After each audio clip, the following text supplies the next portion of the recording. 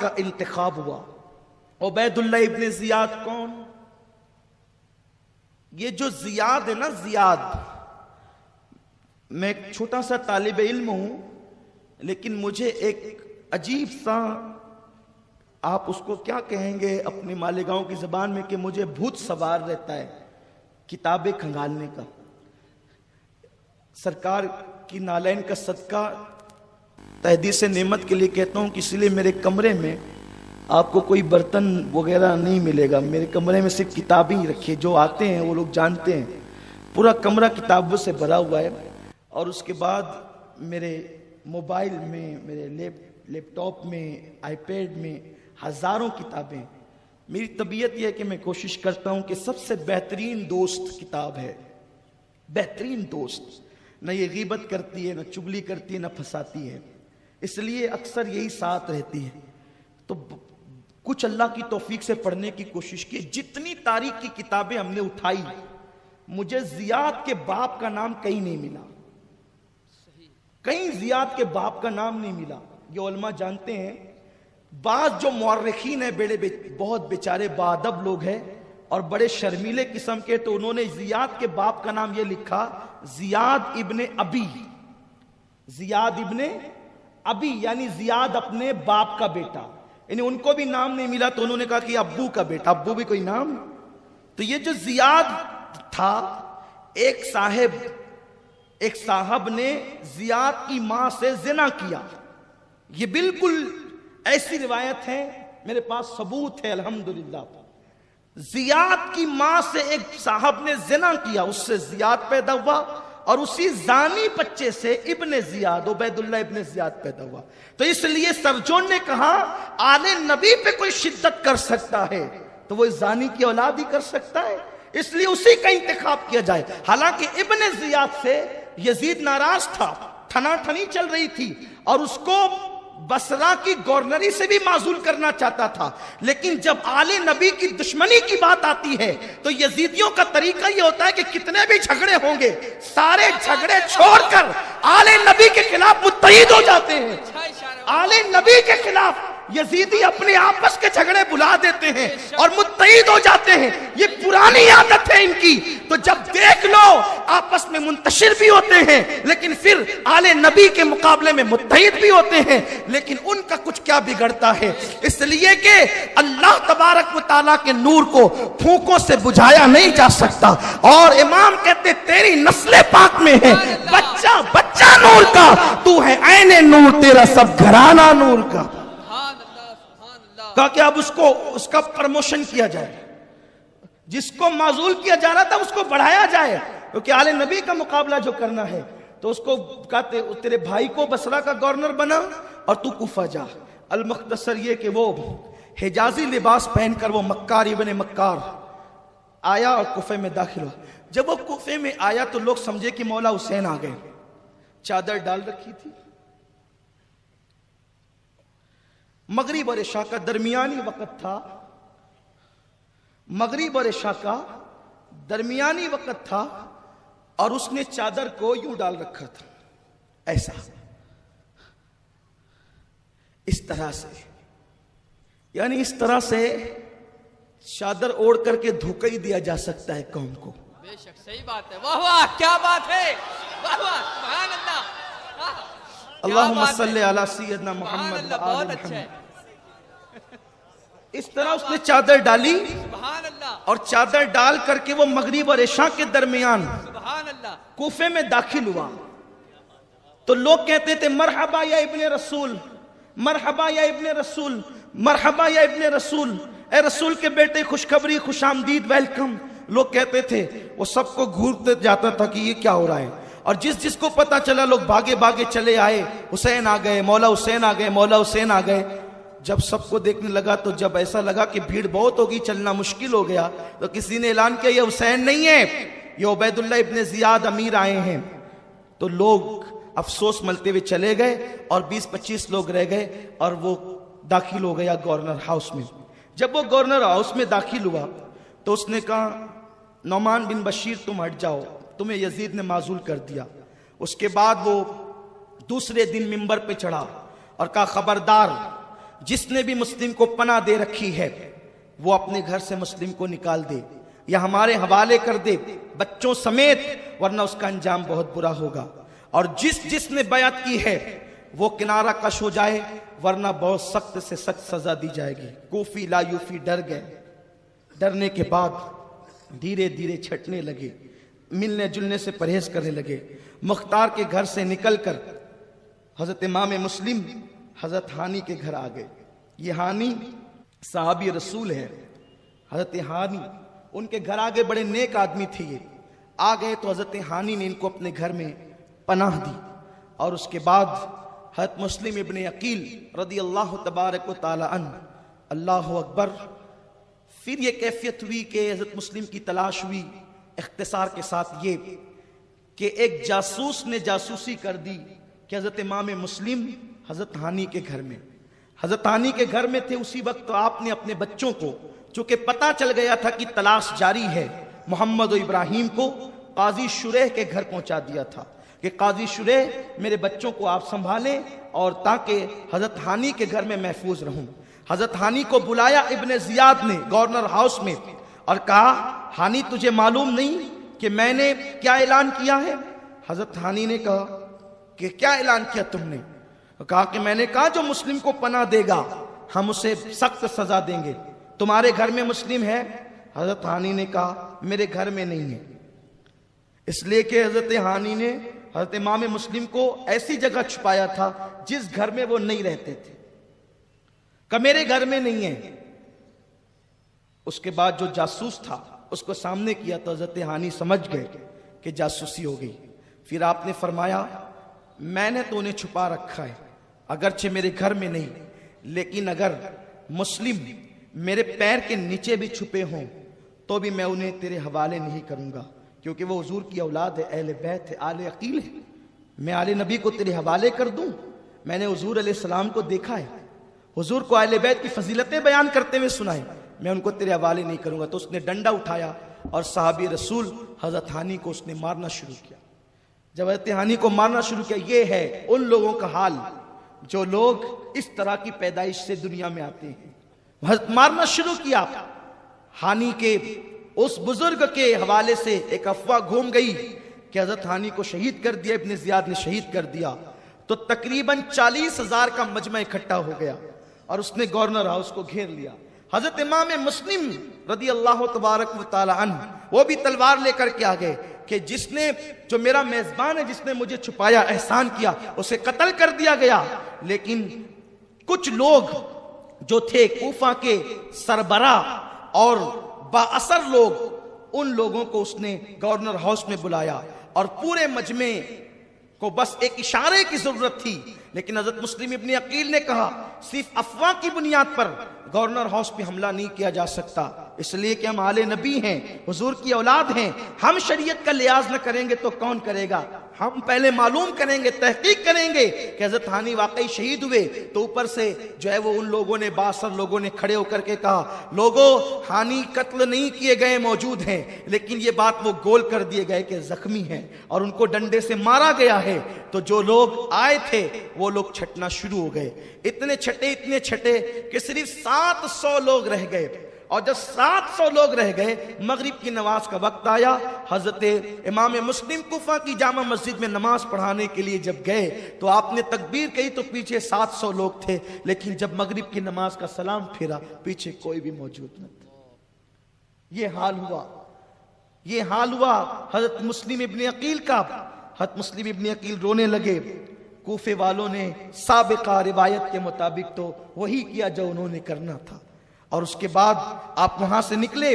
کوفے کا ہر دروازہ بند تھا، جن کے گھر امام مسلم کی دعوتیں ہوتی تھی ان کے دروازے بند ہے، جو محمد و ابراہیم کو سر پہ اٹھا کے لے کے چلتے تھے ان کے دروازے بند ہے۔ کوفے والوں نے یہ کیا، حضرت امام مسلم چلتے چلتے آئے تو دیکھا ایک بڑھیا کسی کا انتظار کر رہی ہے، اس کا نام تاریخ میں توعا بتایا جاتا ہے۔ اس سے کہا مائی پانی پلا سکتی ہے؟ پانی پلا، اس نے پانی دیا، پانی دے کر کے حضرت امام مسلم پانی پی کے وہاں بیٹھ گئے۔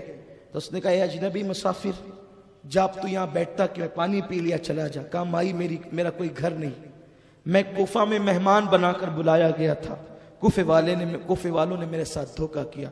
اس بڑھیا نے غور سے دیکھا تو کہا کہ آپ مسلم ابن عقیل ہیں؟ آپ نے فرمایا ہاں۔ کہا میرے مقدر جگہ آپ میرے گھر آ جائیں، سب نے آپ کے لیے دروازے بند کیے تو آپ میرے گھر آ جائیں۔ اس نے بڑی خدمت کی، لیکن اس کا بیٹا، آپ جانتے ہیں کہ ولی کے پیٹ میں شیطان بھی پیدا ہوتا ہے، ایسے آپ نے سن رکھا ہے، تو ویسے ہی وہ اہل بیت کی محب تھی، لیکن اس کا بیٹا بڑا لالچی تھا۔ جب اس نے دیکھا کہ امام مسلم ہمارے گھر میں ہے تو جا کر محمد ابن اشعث اس کو خبر دی، ابن اشعث کو خبر دی، اور اس نے ابن زیاد کو، اور ابن زیاد نے سینکڑوں لوگوں کو بھیجا کہ جاؤ مسلم کو گرفتار کر کے لاؤ۔ اور پھر یہ ہوا کہ توآ کے گھر میں وہ لوگ آئے، اور آنے کے بعد حضرت امام مسلم اچانک جب گھوڑوں کی ٹاپوں کی آواز سننے لگے تو حضرت امام مسلم رضی اللہ تعالیٰ نے تلوار سنبھالی اور دیکھا کہ سینکڑوں لوگ، انہوں نے حضرت مسلم کو گرفتار کرنا چاہا۔ کہا شیر خدا کا شیر اس طریقے سے ہاتھ میں نہیں آ سکتا، اور آپ جنگ کرنے لگے اور لڑنے لگے ان سے۔ وہ تنہا شہزادہ تھا، شیر خدا کی اللہ اکبر بھائی کا بیٹا تھا۔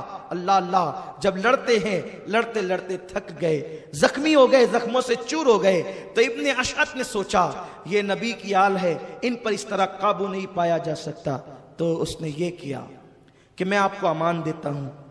آپ جب امان دی تو آپ نے اپنی تلوار نیام میں رکھ لی، اور پھر حضرت امام مسلم رضی اللہ تبارک و تعالیٰ عنہ کو وہ لوگ گورنر ہاؤس تک لے گئے۔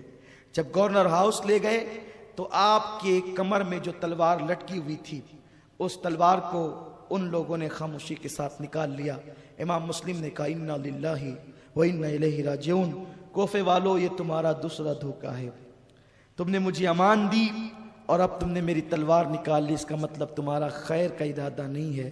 اور آپ جب کوفہ کے گورنر ہاؤس میں داخل ہوئے تو آپ نے ابن زیاد بدنہاد بانی فساد کو سلام نہیں کیا، تو اس کو غصہ آیا، آپ مجھے سلام نہیں کرتے۔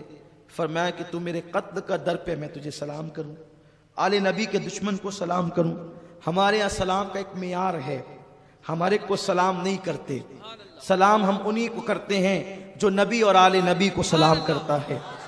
سلام کا ہمارے یہاں بڑا عظیم معیار ہے، جن کے یہاں سلام رسم ہے وہ جسے چاہیں کر دیں، لیکن ہمارے یہاں سلام دعا ہے، اور ہم نبی کے دشمنوں کو دعا نہیں دیتے، ہم اہل بیت کے غداروں کو دعا نہیں دیتے، ہم تو شاکوں کو دعا دیتے ہیں۔ اللہ اکبر۔ تو عرض یہ کر رہا تھا، ابن زیاد کو سلام نہیں کیا۔ لوگ ہم سے کہتے ہیں اخلاق سیکھو، اخلاق، ہم کہتے ہیں آل نبی کے اخلاق ہم نے سیکھ لیے ہیں، ہم انہی کو سلام کرتے ہیں جو نبی کو سلام کرتے ہیں۔ حسین تم کو زمانہ سلام کہتا ہے، جلال قبہ خضرا سلام کہتا ہے، تمہیں حرم کے مینارے سلام کہتے ہیں، تمہیں قرآن کے پارے سلام کہتے ہیں، خدا گواہ ہے کہ نانا سلام کہتا ہے۔ ہمارے یہاں سلام کا معیار ہے۔ اللہ پاک قرآن میں بھی سلام بھیجتا ہے تو کن پر؟ اللہ اکبر۔ ارشاد فرماتا ہے سلام قولا من رب الرحیم وامتازوا اليوم ایھا المجرمون۔ اللہ فرماتا ہے ہم سلام نازل کریں گے قیامت کے دن اور کہیں گے مجرموں کو نکالو۔ اللہ بھی سب کو سلام، وہ رحمان ہو کر سب کو سلام نہیں پڑھتا، سب کو سلام نہیں کرتا، وہ چھاٹ چھاٹ کر کے سلام کرے گا۔ سلام ان پر جو نبی کے وفادار، اور مجرموں کو چھاٹ دیا جائے گا۔ اللہ فرماتا ہے سلام علی الیاسین، اے یاسین میرے حبیب تیری اولاد پر سلام۔ اللہ ہم نے کہا سلطان کربلا کو ہمارا سلام ہو۔ یار یہ تو نبی پہ سلام پڑھتے پڑھتے اب کربلا والوں پہ بھی سلام پڑھتے ہیں، یہ کہاں سے لائے؟ ہم نے کہا یہ سلام علی الیاسین سے لائے ہیں۔ سبحان اللہ۔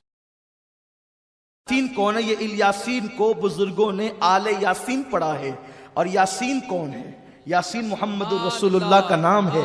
اسی لیے قرآن جب ان پہ سلام پڑھے تو ہم کیوں نہ پڑھیں؟ ہم کہاں سے کوئی الگ شریعت لائیں گے؟ ہماری شریعت تو وہی ہے جو قرآن مقدس نے ہمیں عطا فرمائی ہے۔ تو آپ نے سلام نہیں کیا، اس نے کہا سلام نہیں کرتے، کہا تو میرا قتل کا در پہ ہے، اہل بیت کا دشمن ہے۔ پھر اس کے بعد کہا کہ آپ نے بغاوت کی اور حسین باغی ہے۔ حضرت امام مسلم نے کہا حسین ابن علی تیرا باپ بھی ان کے قدموں کو نہیں پہنچ سکتا، وہ نواسے رسول ان کی توہین کرتا ہے۔ تو اس نے مزید گالیاں دی جس کا ذکر یہاں نامناسب ہے۔ پھر اس کے بعد اس نے کہا مسلم اب تم تیار ہو جاؤ مرنے کے لیے۔ امام مسلم رونے لگے، کہا آپ جیسے بہادر کو میں روتا ہوا دیکھ رہا ہوں، میں رونا اس پر ہے جان پر نہیں۔ ایک جان کیا ہے، اللہ اگر کروڑوں جان دیتا تو حسین ابن علی پہ قربان کر دیتا۔ رونا اس پر ہے کہ میں خط لکھ چکا ہوں حسین کو، حسین میرا خط پڑھ کر اعتماد کریں گے کیونکہ وہ مجھ پہ بہت اعتماد کرتے ہیں اور اپنے اہل و عیال کے ساتھ وہ آئیں گے، اس لیے رونا اس پر ہے کہ کاش وہ نہ آتے۔ اور اس عمر ابن سعد وہاں موجود تھا، کل اس کا تذکرہ ہم تفصیل سے کریں گے، ٹائم ختم ہو رہا ہے۔ عمر بن سعد کو آپ نے اپنے قریب بلایا، فرمایا ابن سعد میری کچھ نصیحتیں وصیتیں ہیں، سن لے، اس پہ عمل کرنا۔ اس نے کہا میں نہیں آتا، اس لیے کہ جب دنیا کا کتا ہو جاتا ہے آدمی اس کو کچھ سجھائی نہیں دیتا۔ ابن زیاد بدنہاد نے کہا جا تیرے چچا کا بیٹا ہے کچھ سن لے، تیرا رشتہ دار ہے کچھ سن لے۔ تو اس وقت وہ قریب آیا، آپ نے فرمایا 700 درہم کا میں مقروض ہوں کوفہ میں، تو میرا گھوڑا اور ساز و سامان بیچ کر کے وہ قرض ادا کر دینا، اور میرے بچوں کو مدینہ طیبہ تک پہنچانے کا انتظام کر دینا۔ حسین ابن علی کو اطلاع کر دینا کہ وہ نہ آئیں اور میرا لاشا لے کر مجھے دفن کر دینا۔ وہ آیا اور اس نے ساری باتیں ابن زیاد کو بتا دی۔ اس نے ہنس کے کہا کہ عجیب ہے، جس کو رازدار بنایا تھا اس نے بھی راز کھول دیے۔ اور پھر کہا مسلم جاؤ اب قتل کا وقت آ گیا۔ ان کے ہاتھ پکڑے گئے اور ان کو گورنر ہاؤس کی چھت پہ لے جایا گیا اور حضرت امام مسلم کو کوڑے لگائے گئے۔ آپ نے رخ مکہ المکرمہ کی طرف کیا، اے ابن رسول تو میرے حال سے بے خبر نہیں، میرا آخری سلام لے۔ اور آپ نے کہا اللہ محمد اور آل محمد پر برکتیں نازل فرمائے۔ یہ کہتے ہوئے آپ کلمہ پڑھے اور جلاد نے آپ کی گردن اڑا دی۔ گردن اڑانے کے بعد آپ کے لاشے کو گورنر ہاؤس سے نیچے پھینک دیا گیا۔ اسی پہ بس نہیں کیا گیا، آپ کے لاشے کو کوفہ کے بازار میں لٹکا دیا گیا۔ یہ انجام، یہ حالات، اللہ اکبر، یہ معاملات حضرت مسلم ابن عقیل کے ساتھ کیے گئے۔ شام ہوتے ہوتے کوفہ کی سرزمین مسلم ابن عقیل کے خون سے رنگین ہو گئی، اور جس دن حضرت امام مسلم کی شہادت ہوئی اسی دن جو ہے وہ خط مولا حسین کے دربار میں پہنچا۔ آپ نے وہ خط پڑھ کے خوشی کا اظہار کیا اور آپ نے نکلنے کی تیاری کی۔ لیکن ادھر اب جو آگے کا سفر ہوگا وہ تو کل بیان ہوگا۔ ادھر امام مسلم کی شہادت کے بعد ان نابکاروں نے اسی پہ بس نہیں کیا، بلکہ ابن زیاد بدنہاد نے اعلان کروا دیا کہ مسلم کے ساتھ اس کے 2 بچے بھی تھے، لہذا مسلم کے دونوں بچوں کو جس نے پناہ دے رکھی ہو وہ فوری طور پر ہمارے حوالے کر دے۔ اگر کوئی پتہ بتائے گا تو اسے بھی انعام ملے گا، اور اگر کوئی پکڑ کر کھلائے گا تو اسے بھی اتنا انعام ملے گا کہ وہ خوش ہو جائے گا۔ لوگ ڈھونڈنے لگے ان شہزادوں کو، سوچو تو صحیح 6 سال اور 8 سال کے بچے ہیں، ان کے ساتھ ابن زیاد بدنہاد پلید کی دشمنی کتنی ہے۔ اعلان ہو رہے ہیں جگہ جگہ، کوفہ کے کم نصیب لوگ بلکہ بد نصیب لوگ آل نبی کے خون میں اپنے ہاتھوں کو رنگین کر چکے ہیں۔ کربلا کا یہ پہلا شہید ہو چکا ہے۔ اللہ اکبر، ایسے حالات میں اللہ اللہ، ایسی کیفیتوں کے اندر مولا حسین کا بھیجا ہوا وہ نمائندہ شہید ہونے کے بعد اب ان کے بچوں کو ڈھونڈا جا رہا ہے۔ بچے قاضی شریح کے پاس تھے۔ یہ قاضی شریح وہ ہیں جو مولا علی نے جن کو اپنے دور خلافت میں کوفہ کا قاضی بنایا تھا۔ یہ بھی بڑے اچھے انسان تھے، اہل بیت کے محب تھے۔ ہم یہ نہیں کہتے کہ کوفہ کا ہر گھر غدار تھا، لیکن اتنا ضرور کہتے ہیں کوفہ کی اکثریت غدار تھی۔ کوفی لا یوفی، آج بھی کوفے والوں کے اندر وفاداری نہیں ہے، اسی لیے کوفہ، اللہ اکبر، بڑے عجیب وہاں کے حالات ہیں۔ وہاں کی مٹی کی بڑی عجیب کیفیت ہے۔ جب میری حاضری کوفہ ہوئی تو میں نے نہ وہاں کا پانی پیا نہ وہاں کوئی چیز کھائی, نہ وہاں سے کوئی چیز خریدی, اللہ کی پناہ مانگتے ہوئے داخل ہوا اور اللہ کی پناہ مانگتے ہوئے نکل گیا. اس لیے کہ اپنے یہاں تو معیار محبت آل نبی ہے. حالانکہ اس زمین نے ہمارا کچھ نہیں بگاڑا, لیکن نسبتیں بھی تو کوئی چیز ہوتی ہے. ہم اس زمین کا احترام اس نیت سے کرتے ہیں کہ وہاں پر مولا علی رہے ہیں, لیکن وہاں کی بے وفائی سے ڈرتے بھی ہیں. اللہ اللہ, میرے پیارے آقا صلی اللہ علیہ وسلم کے دیوانوں, قاضی شریح کو جب پتا چلا امام مسلم کے شہزادوں کو ڈھونڈا جا رہا ہے, آپ نے بدل ناخواستہ ان بچوں کو اپنے قریب بلایا. جب بچے سامنے آئے, پیاری پیاری معصوم صورتیں ہیں, زلفیں کندھوں تک لٹک رہی ہے, وہ شہزادوں کو دیکھ کر بے ساختہ قاضی شریح کی چیخ نکلی اور دھاڑے مار مار کر رونے لگے اور ان کے سروں پہ ہاتھ پھیرنے لگے. ننھے سے بچوں نے قاضی شریح کو اچانک روتے ہوئے دیکھا تو کہا, قاضی شریح کیوں روتے ہو؟ اس طریقے سے اچانک رونا اور ہمارے سروں پہ ہاتھ پھیرنا, یہ انداز تو ہمارے خاندان میں یتیموں کے ساتھ کیا جاتا ہے. قاضی شریح کیا ہمارے بابا شہید ہو گئے؟ تو قاضی شریح نے بچوں کو سینے سے لگایا اور روتے ہوئے کہا, اے بچوں تم یتیم ہو گئے. اب کبھی باپ کی شفقتیں بچوں کو یاد آتی ہے, کبھی ماں کی ممتا بچوں کو یاد آتی ہے. ایسے حالات میں قاضی شریح نے کہا, صبر کرو, دشمن دیوار کو کان لگا کے بیٹھے ہیں. بچوں کہیں ایسا نہ ہو انہیں پتہ چل جائے تو وہ تمہیں اٹھا لے جائیں, کیونکہ تمہارے قتل کا اعلان ہو گیا, تمہارے خلاف مخبری کا اعلان ہو گیا. بچوں اب میں اپنے بیٹے کو بھیج رہا ہوں, اس لیے کہ ایک قافلہ ان قریب ہمارے کوفہ سے گزرنے والا ہے, اس قافلے کے ساتھ ہو جانا اور مدینہ منورہ خیر سے چلے جانا. اپنے بیٹے کو ساتھ کیا اور کہا, بیٹے جا اس قافلے کے ساتھ کر دے. بیٹا لے کر کے گیا, قافلہ کوچ کر رہا تھا, اس کی گرد ابھی تک اڑتی ہوئی نظر آ رہی تھی. ایسے عالم کے اندر اللہ اکبر, قاضی شریح کے بچے نے, بیٹے نے انگلی سے دکھایا, وہ دیکھو قافلہ جا رہا ہے. دونوں شہزادے جن کو کبھی چلنے کی عادت نہ تھی, نانا کے مزار تک بھی جاتے تو بابا کی انگلی پکڑ کر کے جاتے. جنہوں نے کبھی زمین پہ چلنا نہ سیکھا تھا, آج وہ بچے دوڑ رہے تھے. دوڑتے دوڑتے تقدیر تدبیر پر ہمیشہ غالب آتی ہے. انسان کی تقدیر, انسان کی تدبیر تقدیر کے آگے فیل ہو جاتی ہے, ناکام ہو جاتی ہے. ننھے ننھے معصوم بچے دوڑتے رہے, قافلے کی گرد ختم ہو گئی. ایسے عالم کے اندر اللہ اکبر, وہ بچے پوری رات دوڑتے رہے, کانٹا چبھتا تو سہم کر کے آپ پکارنے لگتے, پتہ کھڑکنے کی آواز آتی, ایک دوسرے سے لپٹ جاتے. رات کی تاریکی ہے, داغ یتیمی ہے. جنہوں نے اللہ اکبر پھولوں کی سیج پر زندگیاں گزاری تھی, آج ان کی راہوں میں کانٹے بچھے تھے. یتیمی کا داغ الگ تھا, ماں سے دوری الگ تھی, دارالامان مدینہ منورہ کی فرقت الگ تھی. ایسے میں دونوں بچے اللہ اکبر ایک جنگل میں کانٹوں سے پیر چھلنی ہو گئے تو بیٹھ گئے. ابن زیاد بدنہاد کے لوگ آئے اور ان بچوں کو دیکھا تو کہا, کون ہو تم؟ بچوں نے سوچا کہ یتیموں کا حال سن کر کے کسی کو بھی رحم آتا ہے, تو کہا ہم مسلم ابن عقیل کے یتیم ہیں. انہوں نے جیسے ہی سنا بچوں کے چہروں پہ تماچے لگانے شروع کیے اور خوب مارا بچوں کو, اور پھر ان کی زلفیں پکڑی اور ان کے ہاتھوں کی مشقیں کس دی, ان کے ہاتھوں کو رسیوں سے باندھ دیا. وہ شہزادے جن کے پیر بھی فرشتے چومنے میں فخر محسوس کرتے ہوں, دامن نچوڑ دے تو فرشتے وضو کریں, جن کی بات یہ ہو ان کے گھر میں بے اجازت جبرائیل آتے نہیں, ان لوگوں کے ہاتھوں کو پیروں کو باندھ دیا گیا اور زلفیں پکڑ کر کے گھسیٹنے لگے.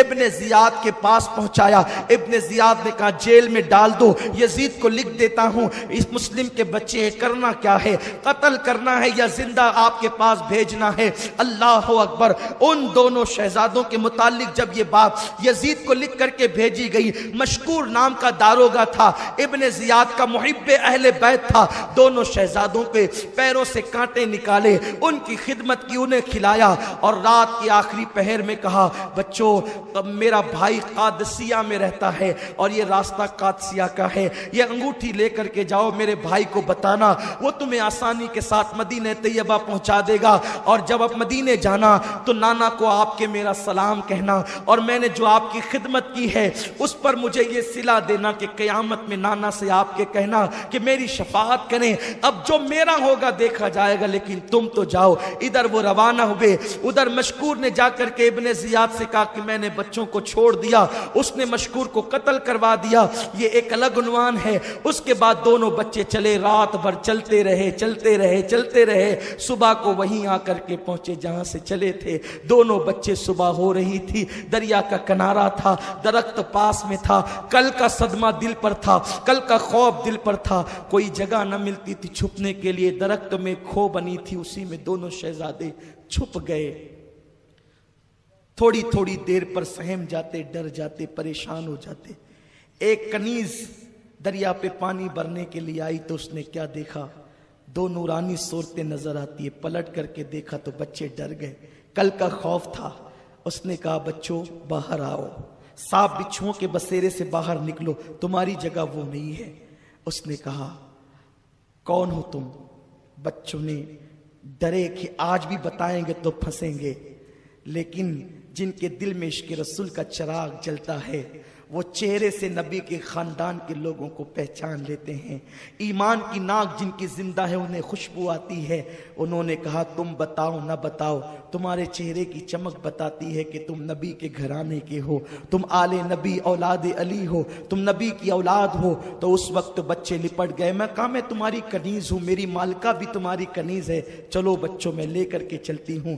دونوں شہزادوں کو لے کر کے چلی اور اپنی مالکہ کو کہا پتہ ہے کون ہے؟ یہ مسلم ابن عقیل کے بیٹے ہیں۔ اس نے کہا میرے تو بھاگ جگے، بچوں کو نہلایا دلایا، کپڑے پہنائے، ہاتھوں سے کھانا کھلایا۔ کہا میں خوش نصیب ہوں، بی بی زہرا قیامت کے دن میری شفاعت کرے گی اور میں ان کی آل کی خدمت کر رہی ہوں۔ لیکن پھر یہی ہوا، بچوں کو رات کو کھلا پلا کر کے سلا دیا۔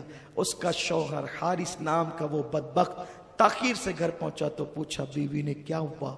تو اس نے بتایا کہ مسلم کے بچے بھاگ گئے ہیں، میں انہیں ڈھونڈتا رہا، ڈھونڈتے ڈھونڈتے جنگل میں اتنا تڑپا کہ میرا گھوڑا بھی مر گیا، پیدل پیدل ڈھونڈتا رہا لیکن نہیں ملا۔ بیوی نے کہا چھوڑ یہ سب، کہا چھوڑ کیا، اس سے بہتر انعام کا موقع اب کب ہاتھ آئے گا، مالدار بننے کا اس سے بڑا موقع کب ہاتھ آئے گا؟ کہا کہ وہ رسول کی آل ہے، بھول جا انہیں، ایسا مت کر۔ نہیں مانا، سوچا کہ یہ بدبخت نہیں مانے گا، کھلایا پلایا، اس بدبخت کو سلا دیا، سویا۔ ادھر کمرے پہ تالا ڈال دیا، لیکن ہائے رے تقدیر، ہائے رے تقدیر، اللہ کا امتحان، اللہ کی آزمائش۔ خدا کی جب آزمائش ہوتی ہے تو پھر ایسا ہی ہوتا ہے۔ اللہ اکبر۔ دونوں بھائی رات کے آخری پہر میں روتے ہوئے اٹھے، ایک دوسرے سے بلکتے بلکتے رو رہے ہیں۔ وہ اٹھا، حارث کہتا ہے کہ رونے کی آواز کیسی؟ کہا بازو کے بچے رو رہے ہوں گے، پڑوس کے سو جا۔ کہا نہیں یہ ہمارے گھر سے آتی ہے۔ وہ بی بی جب دروازے کے قریب پہنچی تو بچے دونوں آپس میں گلے مل مل کے رو رہے تھے۔ محمد ابراہیم سے کہتے تھے بھائی اب مرنے کے لیے تیار ہو جاؤ، شہید ہونے کے لیے تیاری کر لو، کیونکہ میں نے خواب دیکھا حوض کوثر پر دادی فاطمہ ہے، چچا امام حسن ہے، دادا مولا علی ہے، سید الانبیاء ہے، اور بابا مسلم ابن عقیل بھی ہے۔ نانا جان کہتے ہیں مسلم اکیلے اکیلے آ گئے، بچوں کو پریشان کہاں چھوڑ دیا؟ بھائی جب حضور نے یہ کہا، نانا نے یہ کہا، میرے بچے کہاں ہیں؟ مسلم میرے بچوں کو کہاں چھوڑ آئے ہو؟ غیب دا نبی نے جب یہ پوچھا، مسلم ابن عقیل کہتے ہیں حضور بس صبح کا سویرا نمودار ہوگا، وہ بھی عنقریب آنے والے، حضور وہ بھی آ کر کے مچلیں گے آپ کے دامن سے۔ بھائی میں نے خواب دیکھا اس لیے شہادت کے لیے تیار ہو جاؤ۔ چھوٹا بھائی کہتے بھیا میں نے بھی یہی دیکھا۔ رونے لگے ایک دوسرے کو پکڑ کے، ہائے میری امی، ہائے ماں کی ممتا، ہائے ماں کا پیار، مدینے کی راحتیں۔ بچے رو رہے تھے، وہ اٹھ کر کے آیا، دیکھا بچے رو رہے ہیں، پوچھا کون ہو تم؟